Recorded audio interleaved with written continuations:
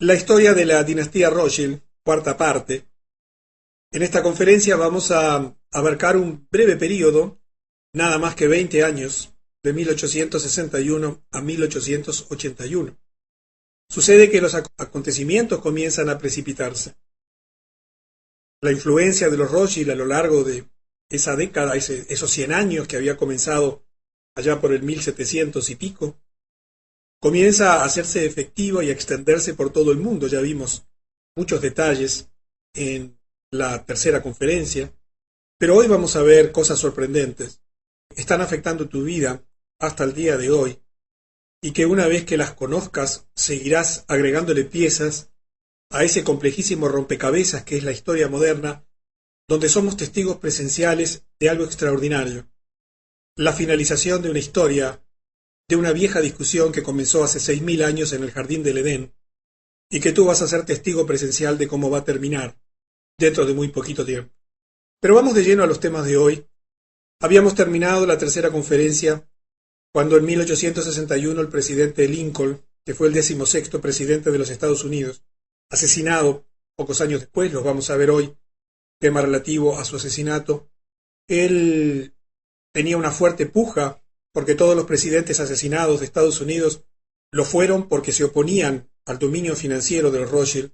Y recuerdas que él intentaba obtener préstamos para financiar su guerra, la guerra de secesión en Estados Unidos, y entonces le pidieron una tasa de interés absolutamente usurera, abusiva, para hacerle sentir el poder que ellos tenían porque les había quitado el derecho a explotar el Banco Central de los Estados Unidos y había, lo peor de todo, había comenzado a emitir su propia moneda. Y Lincoln se enojó con toda razón, pero bueno, esa era la realidad.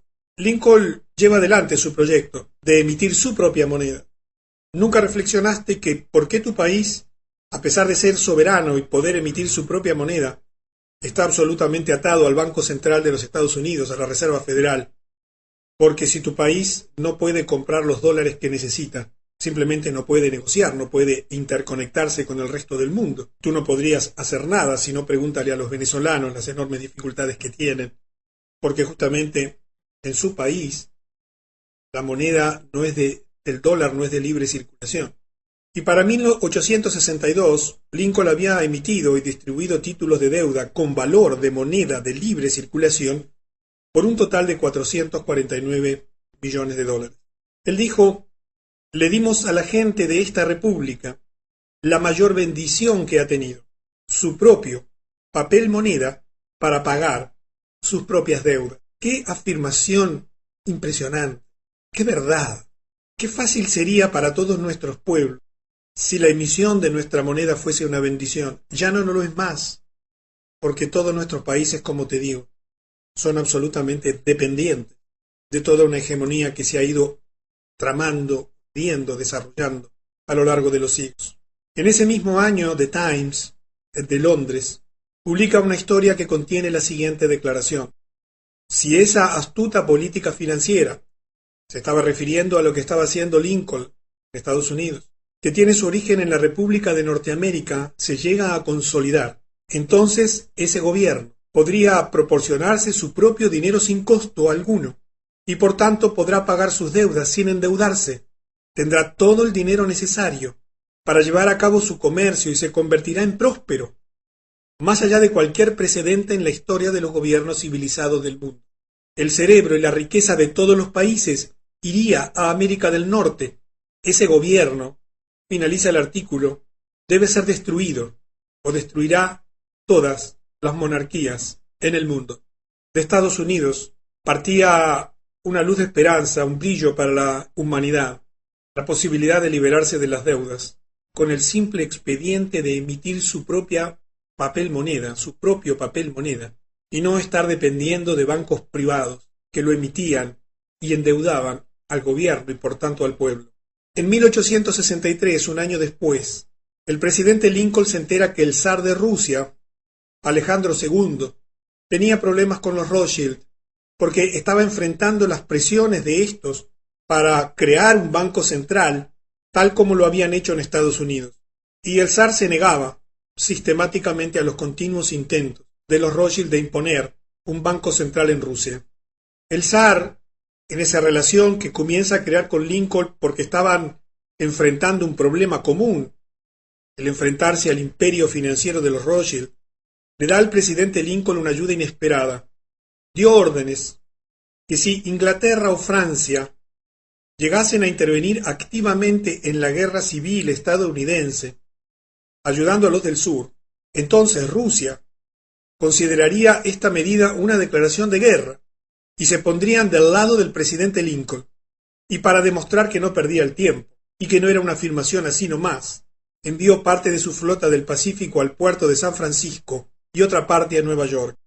Quiero que comprendas que dos de los países más poderosos del mundo, a través de sus representaciones políticas, sus propios presidentes en Estados Unidos y el propio emperador o zar en Rusia, se unían para enfrentar al imperio financiero de los Rothschild. Parece imposible, o parecía imposible en aquel momento, que no pudieran vencer. Sin embargo, la historia fue bien diferente. Terminaron derrotados. En 1863, en ese mismo año, cierra la casa Rothschild en Nápoles, Italia, después de la unificación de Italia.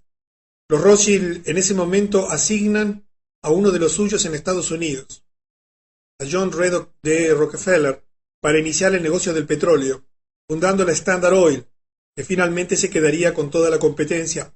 ¿Recuerdas cómo vimos en la conferencia anterior que comenzaron a extender el imperio financiero a un imperio industrial, a un imperio económico y comercial, absorbiendo y dominando las principales industrias del mundo, especialmente las estratégicas, el control de la producción de minerales fundamentales, el control de la producción de todas las industrias básicas de energía y, por supuesto, la industria militar.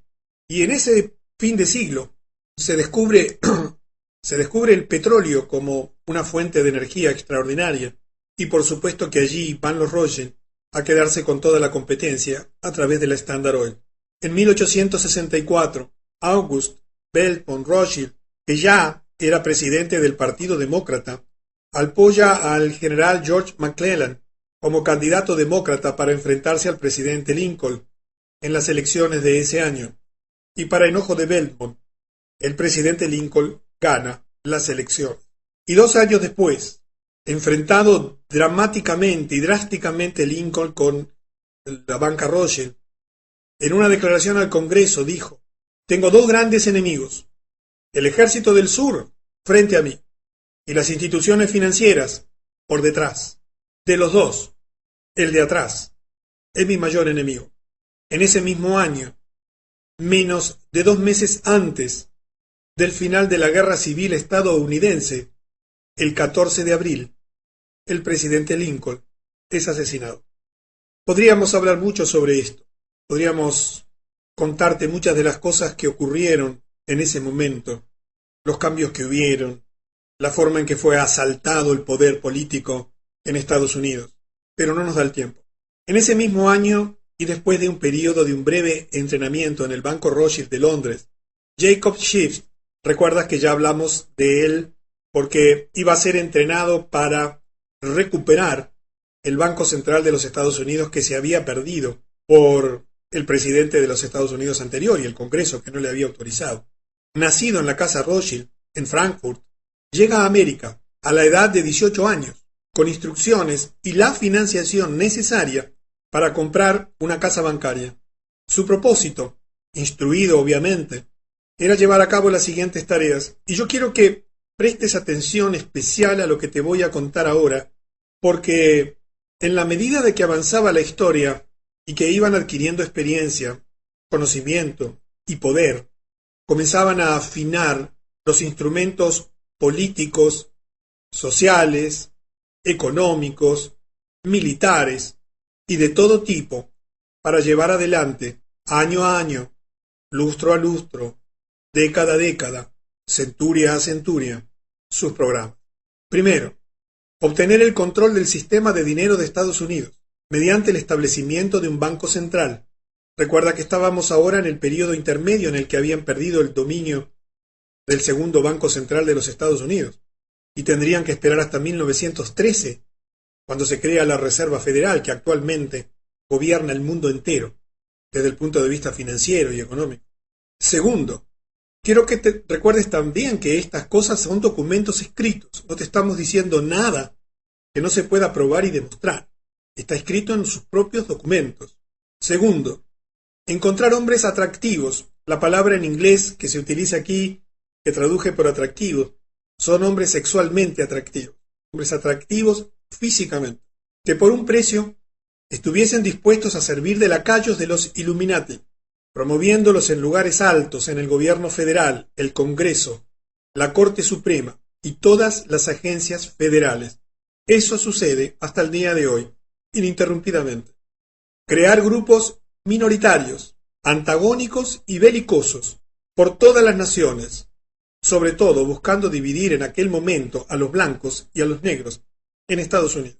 Crear un movimiento para destruir la religión. Te vas a sorprender cuando en las próximas conferencias veamos cómo se instrumentan estas cosas, porque quizás no las conoces, no te das cuenta, y te vas a sorprender, como te decía. Cuarto, crear un movimiento para destruir la religión en los Estados Unidos, con el cristianismo, con el objetivo principal. Institución que por supuesto hoy existe, que la vas a conocer aquí en el futuro. Esto es un plan inevitable, que lo iban a llevar adelante sí o sí.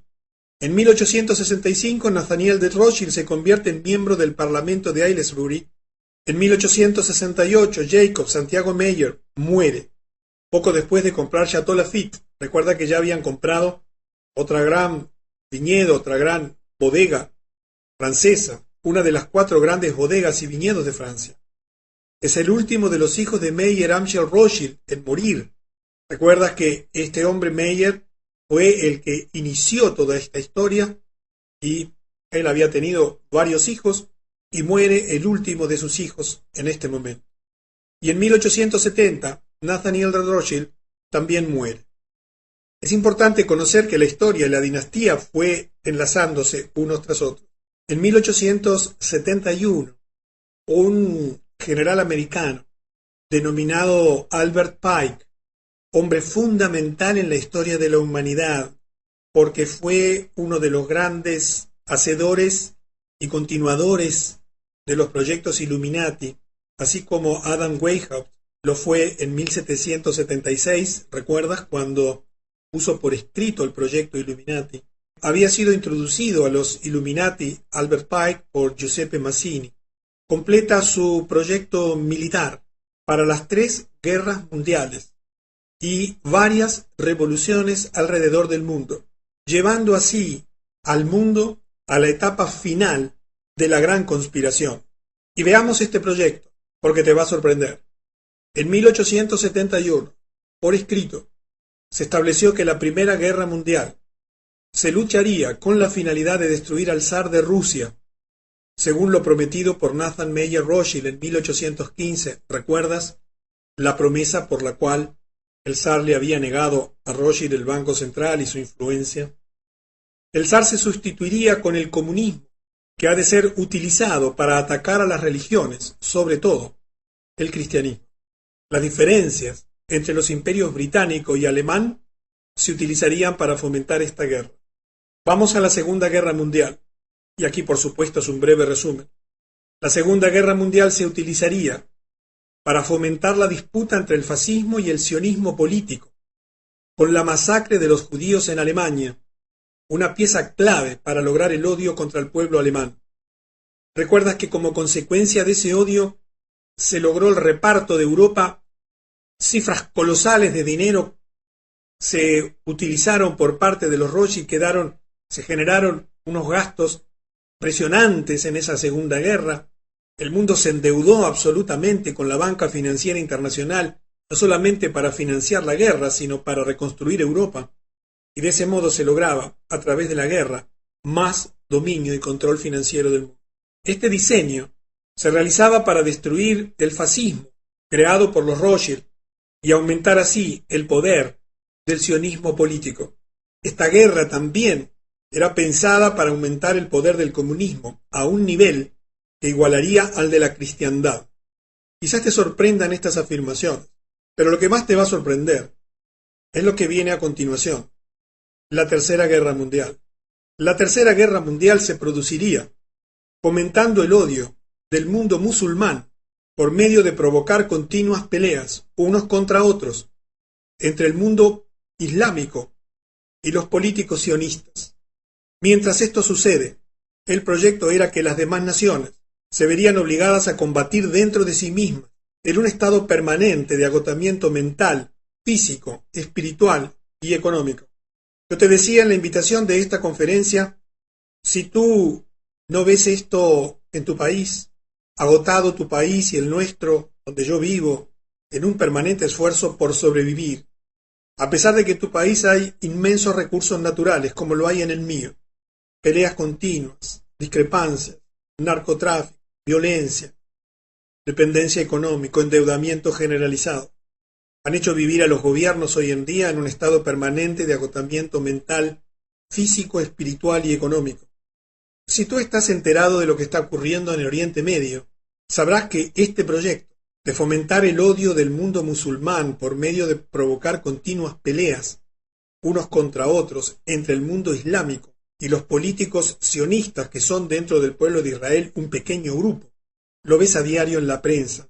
En este mes de septiembre hemos comenzado a ver el cumplimiento de una de las últimas profecías bíblicas más importantes que hay.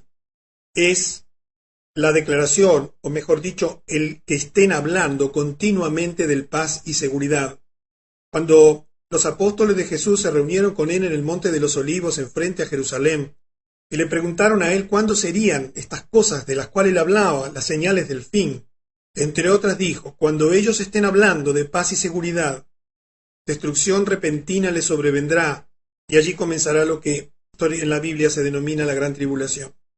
En este momento, los árabes e israelíes, liderados por el gobierno de los Estados Unidos, se están reuniendo cada 15 días y todo el tiempo están hablando de paz y seguridad exactamente como la profecía bíblica. El día 15 ahora de este mes, de septiembre, comenzó la segunda ronda de negociaciones liderada por Hillary Clinton, que no sé si sabes que es la primera amazona, la primera masona de los Estados Unidos. Y verás cómo esto comienza a ubicarse en los grandes titulares de la prensa internacional. El proyecto es que dentro de este año próximo, antes de septiembre del año 2011, van a terminar con el acuerdo de paz y seguridad dividiendo Jerusalén. Y cuando eso ocurra, te vas a asombrar de lo que va a ocurrir en la historia del hombre. Y si tienes dudas, pues lee la Biblia, que allí está escrito hace muchos siglos, todo lo que hoy está ocurriendo. En 1871, el 15 de agosto de este año, Albert Pike escribió una carta, actualmente catalogada en el Museo Británico, a Giuseppe Mazzini, en la que señala lo siguiente, pero antes de ir a ello, quiero comentarte de que las cartas de Pike anteriores, ese proyecto, está en el Museo Británico y el Museo Británico niega su existencia, pero existen muchos documentos probatorios de su existencia. Digo esto porque quizás encuentres información de que el Museo Británico niega tener esas declaraciones, esos escritos de Pike del año 1871 que recién habíamos mencionado. Pero esta carta sí está catalogada y pública. Vamos a liberar a los nihilistas y los ateos. Y vamos a provocar un gran cataclismo social que en todo su error mostrará claramente a todas las naciones el efecto del ateísmo absoluto, el origen del salvajismo y de las mayores agitaciones sangrientas. Entonces, en todo el mundo, los pueblos se verán obligados a defenderse contra la minoría mundial de revolucionarios, buscando exterminarlos como destructores de la civilización. Así, las multitudes desilusionadas con el cristianismo, cuyos espíritus quedarán a partir de ese momento sin dirección y liderazgo, ansiosos por un ideal, pero sin el conocimiento de dónde enviar sus mensajes de adoración, recibirán la verdadera luz a través de la manifestación universal de la pura doctrina de Lucifer, que se llevará finalmente a la luz pública. Una manifestación que derivará en un movimiento general reaccionario, que continuará a la destrucción del cristianismo y el ateísmo, ambos conquistados y exterminados al mismo tiempo. No sé si adviertes que el proyecto Illuminati es un proyecto en el fondo religioso, que utiliza el dinero y el poder material para instrumentar la adoración al diablo, literalmente. creando primero el ateísmo y fomentándolo, quitando a Dios de nuestras escuelas, como lo hicieron en 1950 y pico en los Estados Unidos, fomentando la descreencia en Dios, aumentando el satanismo y la adoración del diablo en el mundo entero, que lo ves a diario en la televisión permanentemente. La mayoría de los dibujos animados que ven nuestros hijos son demonios dibujados. Y quiero que escuches la siguiente declaración que hizo Albert Pike. Esto está escrito, documentado. Pike, habiendo sido elegido como soberano, gran comendador del rito escocés de la masonería en el sur de Competencia en 1859, era el más poderoso masón en Estados Unidos y se mantendría en el cargo durante 32 años, hasta su muerte en 1891, un hombre principal en la historia de la humanidad. También publicó un libro sobre el tema en 1872. Un libro está publicado, titulado Moral y Dogma, del antiguo y aceptado rito escocés de la masonería, en la que ingenuamente afirma lo siguiente. Lucifer, por supuesto, no sé si sabes, es el nombre del diablo, ¿verdad? Satanás, o Lucifer, el portador de luz, extraño y misterioso nombre para dar al espíritu de la oscuridad. Lucifer, el hijo de la mañana, es él quien lleva la luz y con sus esplendores intolerables ciega las almas débiles, sensuales o egoístas. ¿Qué más decirte? Está escrito, no hay mucho para agregar. Con el correr de las conferencias vas entendiendo el desarrollo y el rompecabezas general, y esto choca con tus creencias y con tus conocimientos y te puede sacudir, pero es la verdad. En 1872, antes de la muerte de Giuseppe Mazzini, que ocurre en este año, él crea otro líder revolucionario. ¿Recuerdas que una de las estrategias era crear revoluciones, grupos de revolucionarios, antagónicos y belicosos, llamado Adrian Lemy, su sucesor? Lemy sería luego sucedido por Lenin y Trotsky, y luego por Stalin. Las actividades revolucionarias de todos estos hombres fueron financiadas por los Rothschild. En 1873, extendiendo el imperio industrial, las deficitarias minas de cobre Río Tinto en España son adquiridas por un grupo de inversores extranjeros, incluyendo a los Rothschild. Estas minas representaban la mayor fuente de cobre de Europa. Yo no sé cuáles son tus creencias políticas. No sé qué piensas políticamente. Solo te puedo decir que estos son hechos objetivos y reales que tú puedes identificar e investigar. Y que en el ebook que te vamos a proporcionar al final de la serie de conferencias tendrás la bibliografía en la cual confirmar la veracidad de todas estas afirmaciones. Por supuesto, bien ocultadas, bien disimuladas, bien distorsionadas, en base a la información oficial, entre comillas. En 1875, el 1 de enero, Jacob Schiff, ahora hijo político de Salomón Lev, después de casarse con su hija Teresa, toma el control de la casa bancaria Kuhn, Lev & Co. y continúa con la financiación de la Standard Oil Company de John Rockefeller, del imperio del ferrocarril de Edward Harriman, ¿recuerdas? Y del imperio del acero de Andrew Carnegie.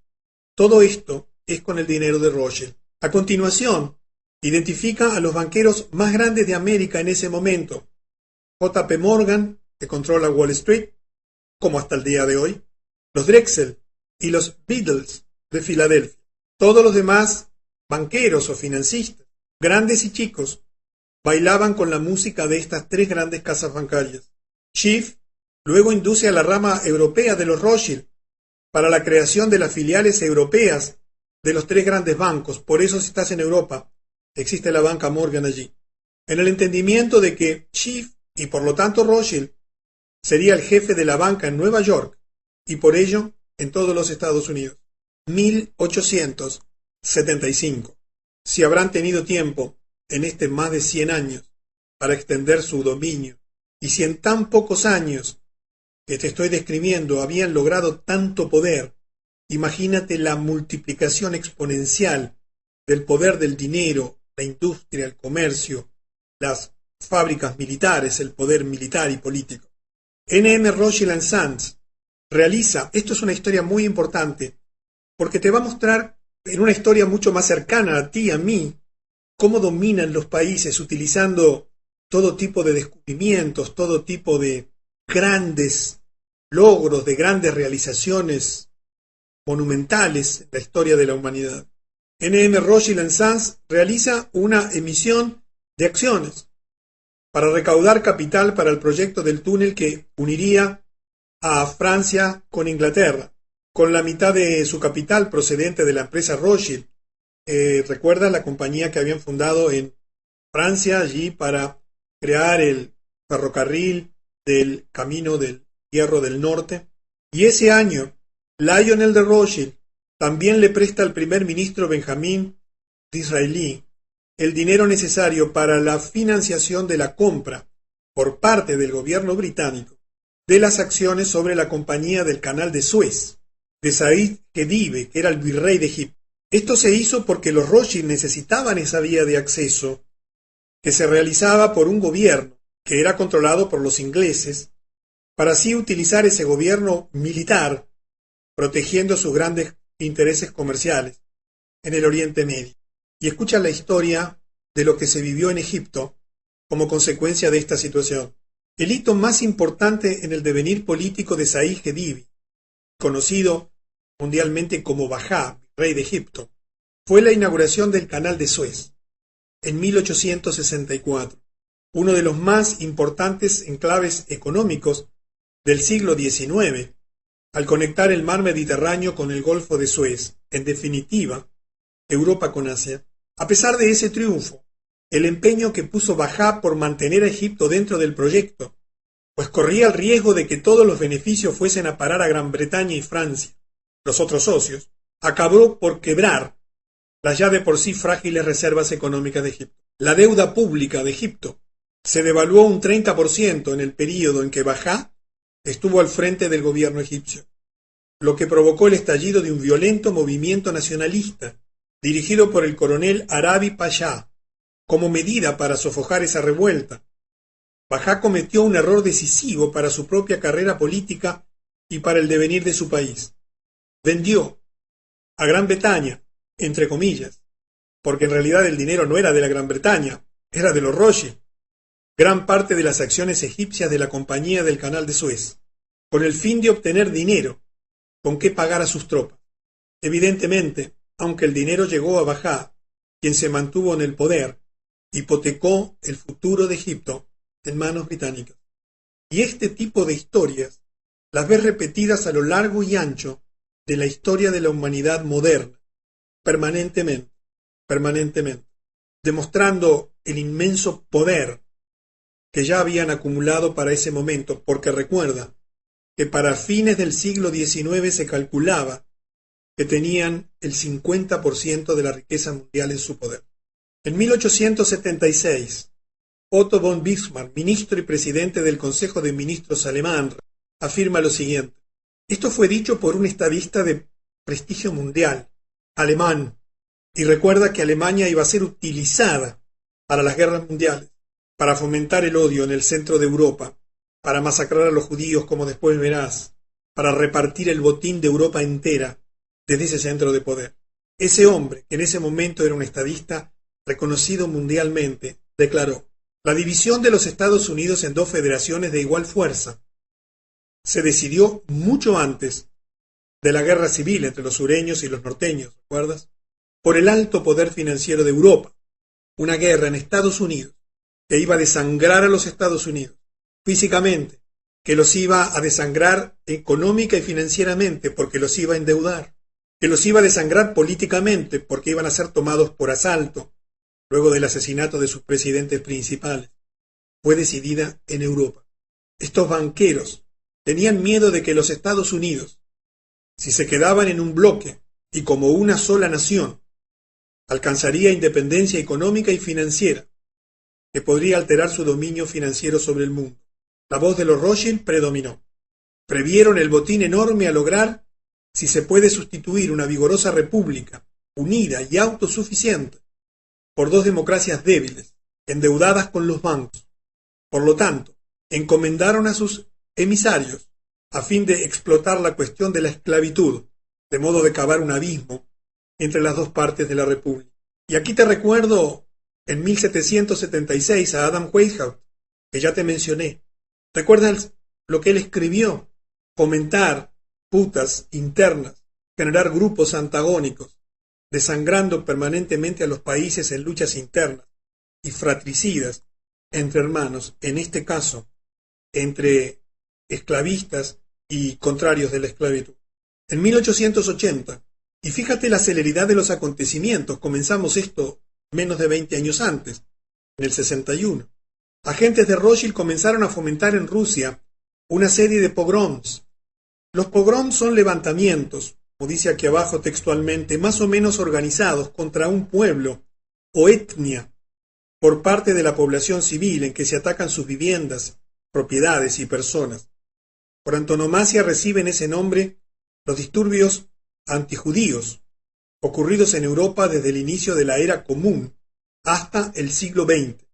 Agentes de Rothschild comenzaron a fomentar en Rusia una serie de pogroms, pero también en Polonia, en Bulgaria, en Rumania. Estos levantamientos resultaron en la masacre de miles de judíos inocentes, impulsando la huida de aproximadamente 2 millones, principalmente a Nueva York, también a Chicago, Filadelfia, Boston y Los Ángeles. La razón de iniciar estos pogroms era crear una gran base judía en América, que cuando llegaran serían educados para registrarse como votantes demócratas. Unos 20 años después, esto daría lugar a una masiva base de poder demócrata en los Estados Unidos, a ser usado para elegir a la presidencia a hombres dependientes de Rothschild, como documentadamente lo fue, y después te vas a enterar, Woodrow Wilson, para llevar a cabo las órdenes de los Rothschild. Yo conozco de estas cosas porque hace muchos años que las leo, las estudio, tengo muchísima información que te podría dar, pero me pongo de tu lado en este momento y me detengo. Es un asalto a tu cultura, es un choque contra lo que conoces y te han enseñado desde niña y desde niño, mentira tras mentira, sentado en un pupitre, llenándote de libros que muestran una historia absolutamente falsa. Y comprendo que es polémico y que quizás afecte tus creencias como te lo he comentado anteriormente, pero créeme que en toda esta información hay veracidad y honestidad. Y si dudas, averigua y estudia. Y digo esto con un absoluto respeto por ti y por mí. En 1881, el presidente James Garfield, el 20º presidente de los Estados Unidos, que solo duró 100 días, afirmó 2 semanas antes de ser asesinado, y te vas a asombrar lo que te voy a contar cuando lleguemos al asesinato de Fisher al Kennedy. Quien controla el volumen de dinero, decía este presidente, y ya esto lo has escuchado del presidente Adam Watson y también de Lincoln, quien controla el volumen de dinero en nuestro país es dueño absoluto de toda la industria y el comercio. Cuando usted se da cuenta que, de una forma u otra, todo el sistema es muy fácil de controlar por unos pocos hombres poderosos, usted no tendrá que averiguar demasiado para saber cómo se originan los períodos de inflación y la depresión. En ese mismo año, Edmund James de Rothschild tiene un hijo de Maurice de Rothschild. Quiero que sepas, y te lo comenté anteriormente, todos los presidentes que se intentaron asesinar o se asesinaron tienen un hilo conductor en común. Se opusieron a la banca Rothschild, intentando retener el control de la emisión de moneda en el propio gobierno, en el pueblo, y no en un banco central privado. Y por eso fueron asesinados. Hemos llegado al final de esta etapa. Nada más que 20 años hemos podido cubrir, porque los acontecimientos se precipitan. Verás cosas sorprendentes en la 5ª parte de la dinastía Rothschild.